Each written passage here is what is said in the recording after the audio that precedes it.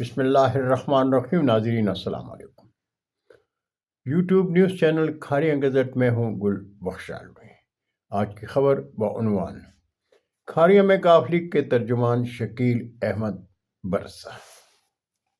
ناظرین، کھاریاں شہر اور کھاریاں کینٹ میں مسلم لیگ کاف کے ترجمان چودھری شکیل احمد برسا شہر اور شہریوں کے مسائل پر بھرپور توجہ دے رہے ہیں۔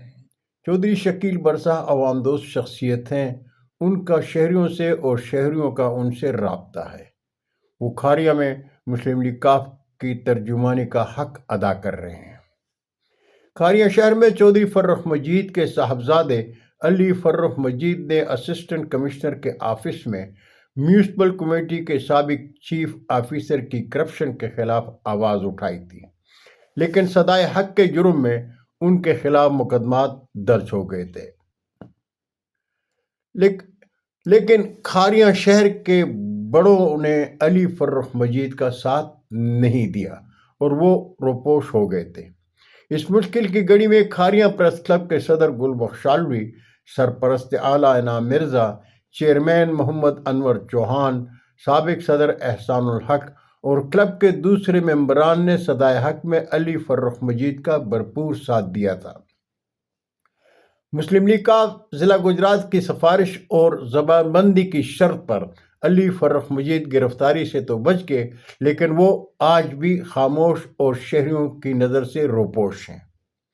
اس لیے نہ صرف مسلم لیگ کاف کے ہم خیال بلکہ عام شہری بھی کھاریاں کے مقامی اور ضلعی انتظامیہ سے متعلق اپنے ذاتی اور علاقائی مسائل کے حل اور مشاورت کے لیے چودھری شکیل احمد برسا سے ان کی ٹریول ایجنسی ٹریول ٹوڈے شوکت پلازا میں ملتے ہیں، اور شکیل برسا انسان دوستی کے تقاضوں میں ہر کسی کا بھرپور ساتھ دیتے ہیں۔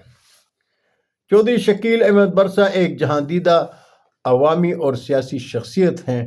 وہ مسلم لیگ کاف کی اعلیٰ قیادت سے براہ راست رابطے میں ہوتے ہیں۔ بہت شکریہ ناظرین، یہ آتی ہے آج کی مختصر خبر۔ زندگی نے ساتھ دیا تو برقی رابطے میں پھر ملاقات ہوگی۔